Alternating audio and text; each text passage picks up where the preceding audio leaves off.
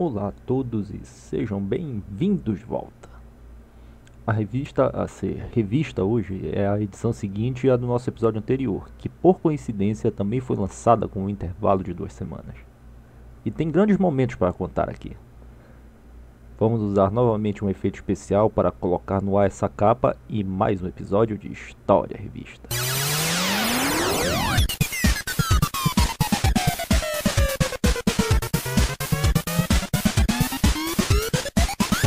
Ação Games 77, segunda quinzena de fevereiro de 1995.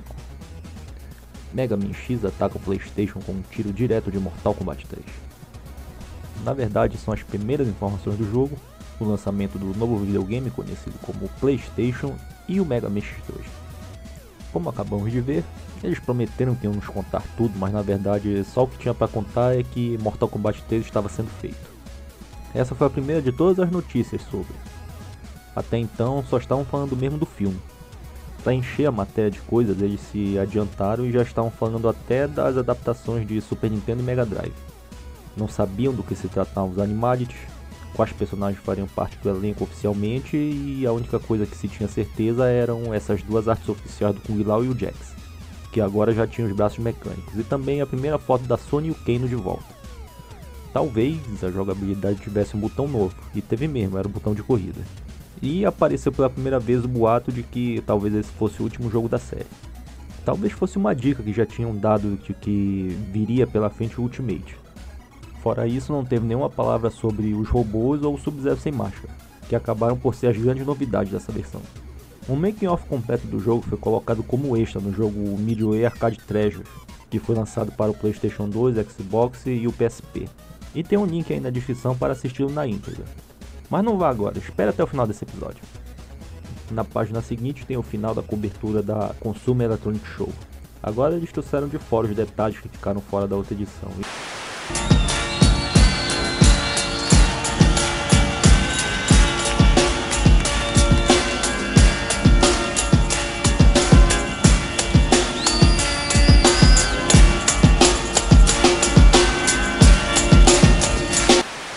Agora eles trouxeram os detalhes que ficaram de fora da outra edição.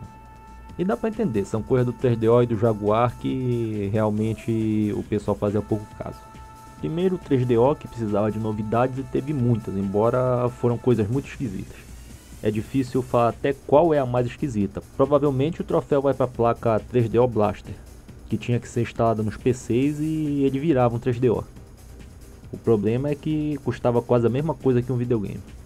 Mais tarde isso veio a ser conhecido como emulador e deixou de ser uma coisa oficial para virar ilegal. Uma grande ironia. É mais ou menos dessa época que se tem registro dos primeiros emuladores de Mega Drive e Master System. Na época também foi lançado um adaptador para usar o controle de Super Nintendo. O do 3DO mesmo tinha 5 botões e precisava de mais um para se jogar Street Fighter direito. Depois lançaram um controle oficial de 6 botões, o controle de mesa, manche e um incrível mouse com 3 botões. É o videogame do futuro mesmo. O Jaguar estava quase para ganhar sua unidade de CD e mais alguns acessórios. Teve um modem e mais uma vez um capacete de realidade virtual. Até onde se sabe, nunca foram lançados. O único que acabou sendo lançado mesmo foi o JagLink, um cabo para ligar 2 videogames para jogar multiplayer, que por algum motivo tinha 30 metros de comprimento. Imagina só puxar um fio até o outro Jaguar lá do outro lado da rua para uma partida de Kazumi Ninja. Round 1.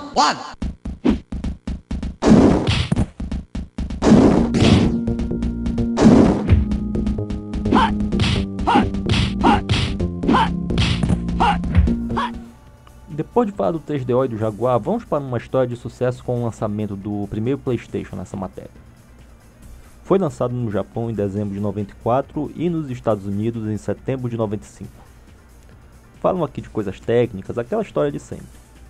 E a sua performance foi testada e aprovada com Toshinden, jogo de luta.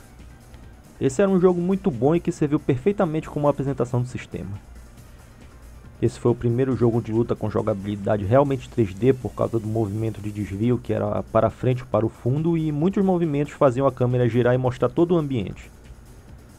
Era disso que precisava para mostrar que era mais poderoso que o Saturn com o seu Virtua Fighter.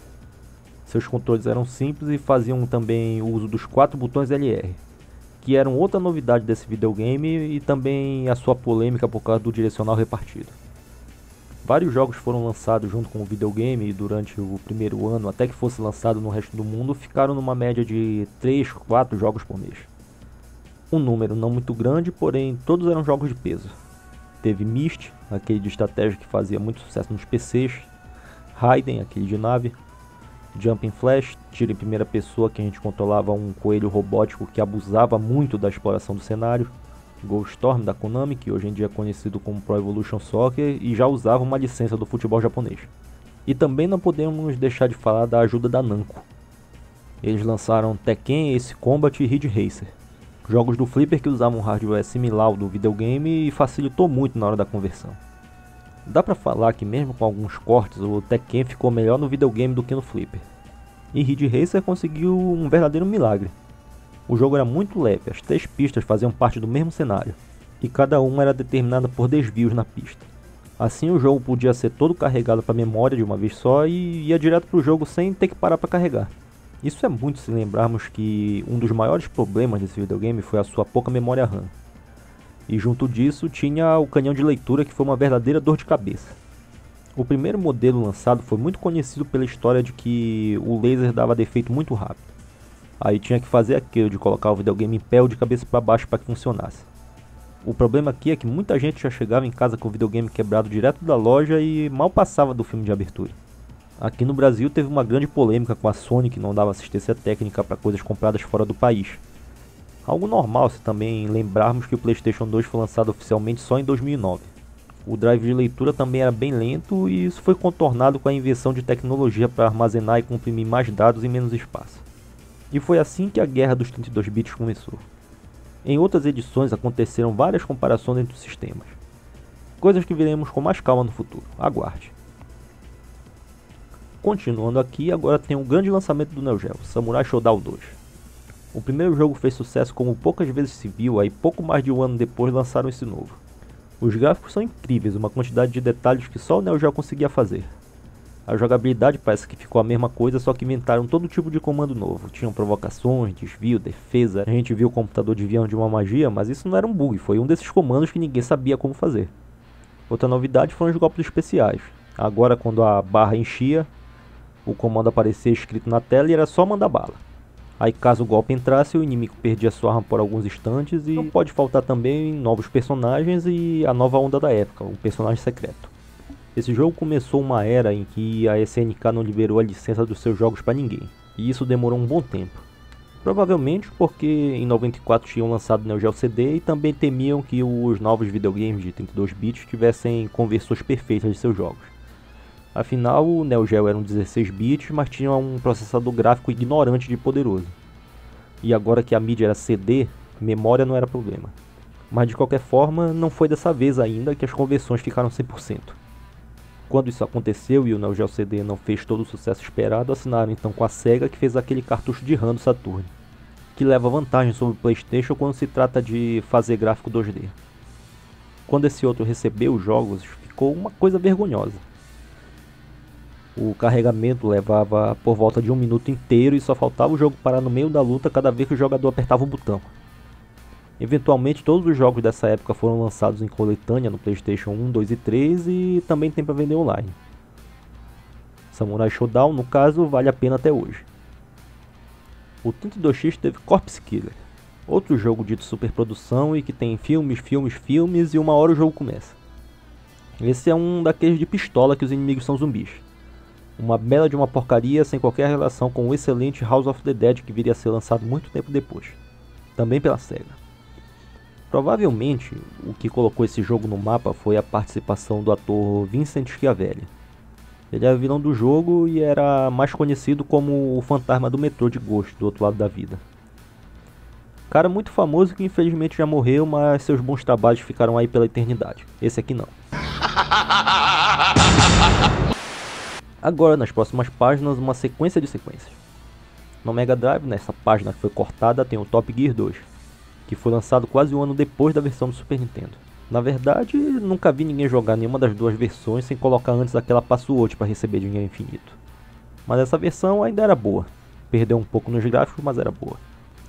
Em seguida, Mega Man X2 no Super Nintendo, prosseguindo com a série, porém com poucas inovações que não levaram ao mesmo sucesso do primeiro.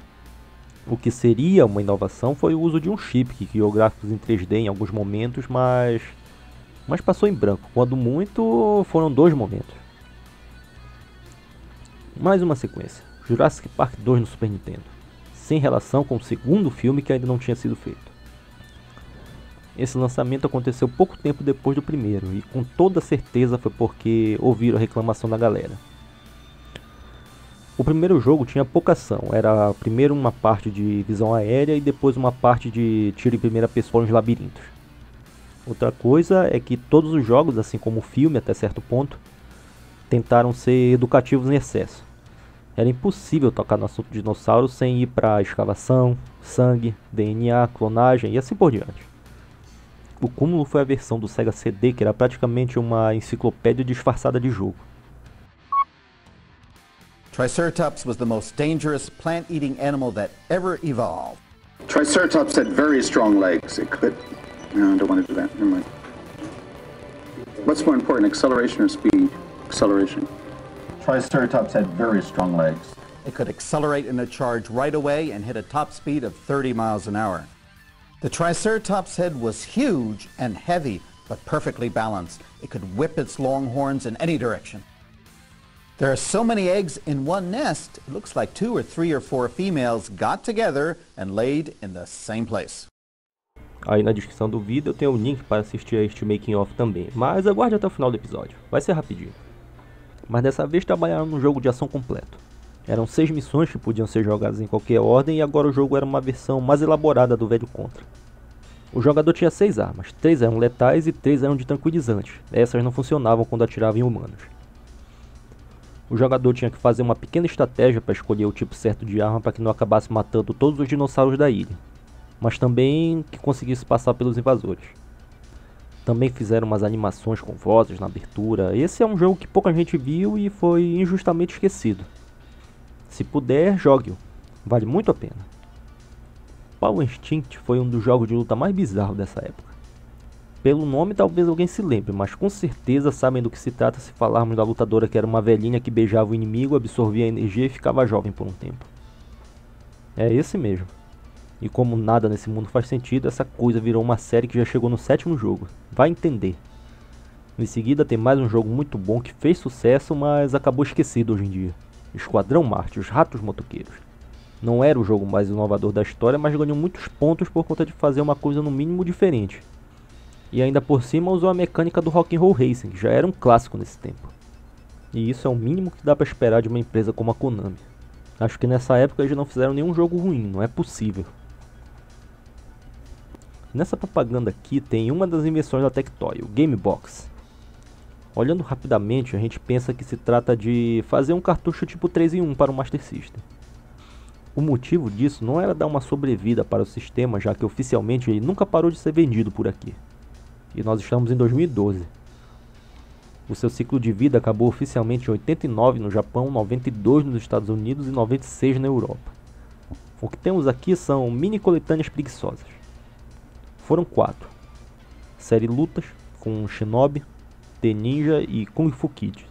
Corridas com Supercross, Super Monaco GP e World Grand Prix. Esportes com Great Volley, Super Futebol 2 e o de tênis Wimbledon. E a série Esportes Radicais com Surf e BMX. Nomes que vamos deixar entre aspas por enquanto. Como podemos ver aqui, nos 2 primeiros tem só mesmo um jogo bom. Os outros 2 são uns mais simples, originalmente lançados para o SG-1000, o primeiro videogame da Sega que foi lançado nos anos 80. O Master System veio depois e teve seus jogos relançados com gráficos melhores. Aí na tela tem um exemplo passando. A esquerda é Princess Ninja e a direita é The Ninja. Se os jogos do Master System eram leves, talvez o SG-1000 era tão leve quanto um jogo de Atari. Só assim dá para colocar vários no mesmo cartucho sem colocar chips extras que aumentam o preço do jogo. A exceção, mas nem tanta assim, é o de esporte, que o único jogo arcaico é o de vôlei. O maior problema dessa coleção é que parece que até uma piada é esse de esportes radicais aqui. Ele tem, entre aspas, surf e bicicleta.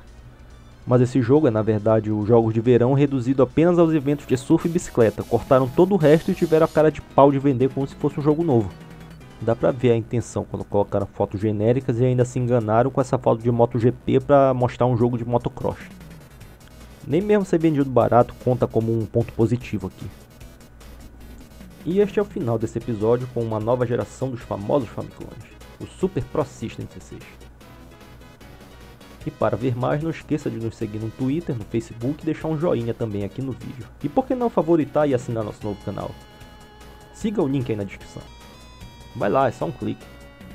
Obrigado a todos por sintonizarem novamente nosso programa. Dessa vez deu para falar de muita coisa. Abraços e até a próxima.